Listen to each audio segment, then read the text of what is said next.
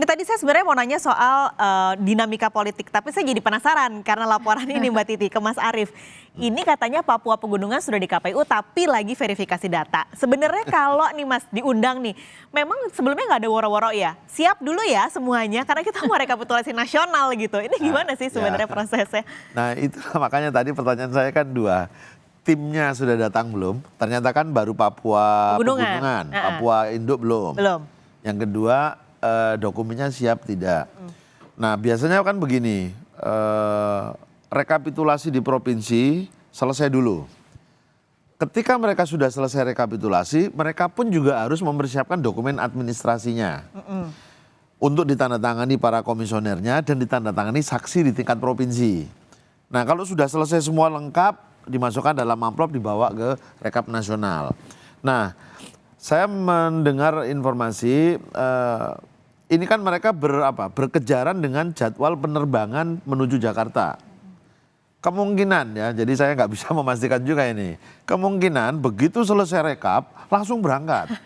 Sehingga mungkin dokumen belum ditata, belum dipersiapkan dengan rapi. Oke. Cuma saya nggak tahu tadi istilah yang digunakan. Harus disegel ya di depan para saksi dan lain sebagainya. Ya makanya kalau sudah tuntas semua mestinya sudah Karena selesai. istilahnya ini tadi lagi verifikasi data begitu ya Mas? Nah itu yang saya nggak tahu dimaksud verifikasi data seperti apa. Gitu. Ini tapi kalau verifikasi gini Mas Arief, sesuai aturannya harusnya ketika mereka datang sudah siap. Siap sudah untuk dibacakan di rekapitulasi. Oke. Mbak Titi, ini sampai charter pesawat loh Papua Pegunungan dan Papua. Tapi masih ternyata sampai hari ini ada masalah dan kendala. Sampai pada pukul 10.53 ini belum juga dimulai. Iya, salah satu prinsip penyelenggaraan pemilu itu efektif dan efisien. Kalau untuk sesuatu yang force major di luar kendali, ya itu memang dimungkinkan karena suara rakyat jangan sampai diabaikan. Tetapi kalau itu konsekuensi dari mismanagement, yang rugi itu bukan hanya pemilih dan juga negara ya, tetapi juga kita para pembayar pajak yang menghendaki penyelenggaraan pemilu itu berjalan dengan prinsip efektif efisien. Walaupun katanya don't give price tag on democracy ya, jangan kasih label harga pada demokrasi. Tapi prinsip efektif dan efisien terkait pertanggungjawaban terhadap dana publik begitu. Nah ini menurut saya makanya evaluasi itu jadi penting. Jangan sampai karena kita selesai pemilu langsung bersigap untuk pilkada. Hal-hal yang menjadi berbagai mewarnai proses dan dinamika terkait dengan kinerja penyelenggara, praktik kompetisi yang jurdil itu menjadi abai kita lakukan evaluasi dan kemudian catatan untuk perbaikan. Jadi kalau misalnya contoh ya, beberapa saya catat kita tidak mengelola pemilu kita itu dengan prinsip efektif efisien tadi, tapi cenderung boros karena ekses dari ketidakprofesionalan penyelenggara. Ini harus terbuka disampaikan. Contoh ini selalu kita ulang, distribusi logistik lebih awal di Taipei. Akhirnya pendekatannya dinyatakan sebagai surat suara rusak dan pengadaan baru, distribusi baru. Berapa uang negara yang lepas atau hilang untuk itu? Manipulasi data DPT oleh PPLN Kuala Lumpur menyebabkan pemungutan suara ulang. Akhirnya sewa gedung satu World Trade Center itu katanya 1,5 juta ringgit setara dengan 4,9 miliar. Karena ketidakcakapan dan kecurangan penyelenggara. Jadi bagi saya sih bukan hanya soal pemidanaan pelanggaran pemilu yang harus dilakukan. Tetapi juga perlu misalnya selesai ini ketika misalnya jeda kita sudah cukup. Dilakukan audit investigatif, audit kinerja terhadap keuangan negara supaya kita belajar di masa depan tidak bermain-main dengan penyelenggaraan pemilu. Kenapa ini semua bisa terjadi? Selalu kita bahas kalau kita mau pemilunya jurdil ada satu syarat yang tidak boleh dilanggar. Jangan utak-atik integritas, kemandirian dan mempertaruhkan kapasitas penyelenggara. Ketika proses seleksi orientasinya bukan lagi kelompok, bukan lagi misalnya ormas, apalagi kepentingan partisan. Yang harus kita cari itu penyelenggara yang profesional, yang kredibel, yang juga mandiri. Nah kalau kemudian kita bertoleransi terhadap prasyarat-prasyarat tadi, ya jangan kaget kalau kemudian yang ditemui persoalan-persoalan seperti hari ini. Rekrutmen itu memang menjadi catatan ya. Saya kira saya, Pak Arief dan banyak kelompok masyarakat sipil sudah teriak-teriak dari saat seleksi ya.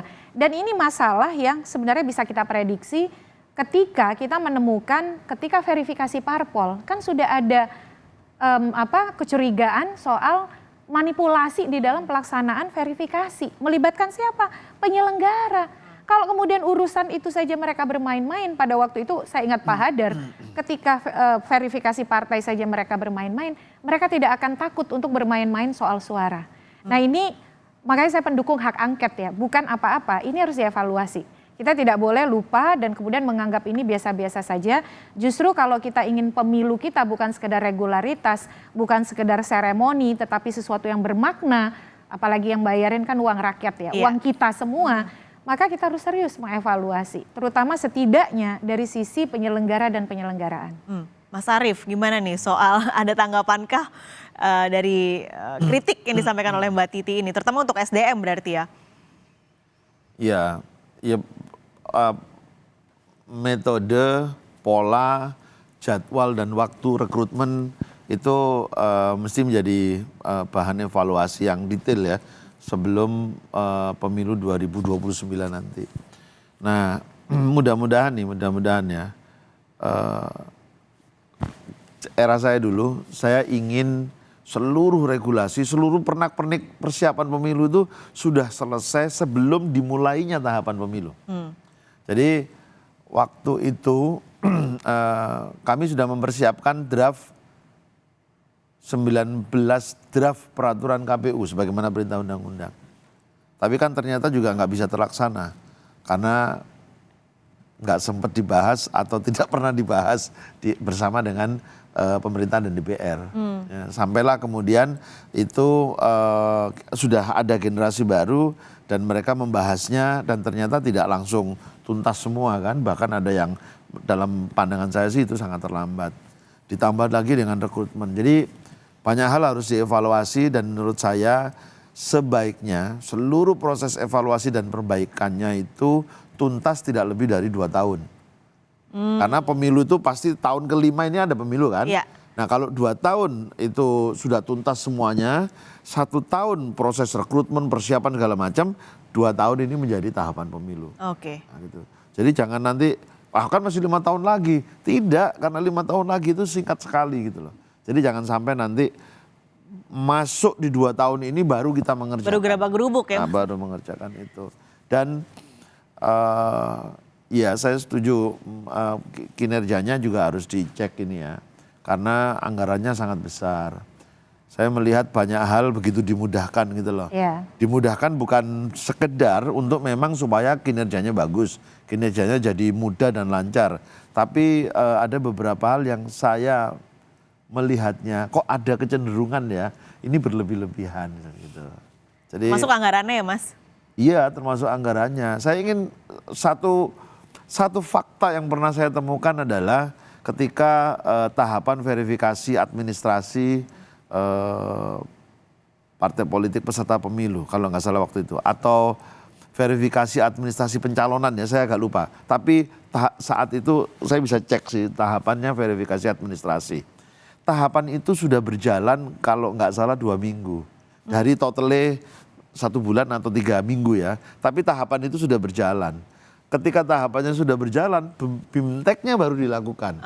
Sebenarnya, ini bagaimana? Gitu. Jadi ini catatan lah ya untuk kita semua. Mungkin teman-teman juga terlalu banyak pekerjaannya sehingga mengerjakan yang ini terlambat. Gitu loh.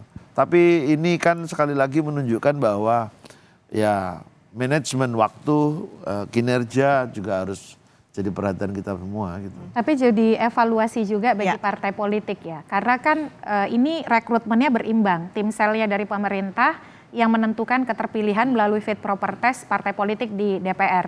Tidak usah alergi sama figur sosok yang independen, yang mandiri. Karena kalau penyelenggara pemilunya independen, mandiri, orientasinya adalah demokrasi. Dia akan menjadi penegak demokrasi. Dia akan berorientasi bagaimana pemilu itu jurdil. Maka dia akan memberi manfaat dan keadilan bagi semua. Tapi ketika kemudian dia satu saja kena intervensi, maka berharap ada orientasi pada keadilan, nilai-nilai demokrasi itu pasti akan rusak. Jadi justru ketika mampu menghadirkan penyelenggara yang mandiri, yang independen, semua diuntungkan. Semua peserta pemilu tidak akan mendapatkan kerugian, pemilih juga akan kemudian mendapatkan pelayanan optimal. Tapi ketika misalnya sudah saling goda, saling rayu, menempatkan misalnya orang-orang yang dianggap bisa, sebenarnya tujuannya itu kadang-kadang ingin mengamankan gitu. Ya. Nah ketika sudah ada motif itu, ya susah.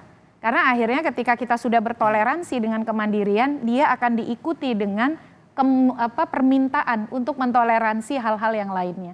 Jadi kalau ini agak ironis ya, ini kan pemilu ke-6. Harusnya kita tidak lagi bicara persoalan prosedural. Kita sudah mulai banyak menagih yang halnya substantif. Bagaimana orang-orang terpilih dari pemilu itu berkontribusi terhadap tata kelola pemerintahan yang anti korupsi, pelayanan publik, penegakan hukum yang lebih baik. Tapi sekarang tuh setback gitu. Hal yang sudah kita capai, sudah melembaga, justru akhirnya seperti ya buyar kembali. Nah ini menjadi harusnya tidak diabaikan pembelajaran bagi peserta pemilu, partai politik dan juga bagi penyelenggara, termasuk kita semua sebagai publik. Gitu. Apalagi kepercayaan publik di sini paling penting untuk demokrasi. Nah, kalau nih nanti ya Mas Arief, aku akan nanti nanya ke Mas Arief, kalau misalnya nih, ini belum pernah terjadi, amit-amit tentunya batas waktunya terlewati. Nah, ini gimana Mas? Tapi jangan dijawab dulu. Okay. Kita akan jeda sejenak dulu Mas Arief, nanti kita ngobrol lagi. Saudara, Breaking News Kompas TV segera kembali.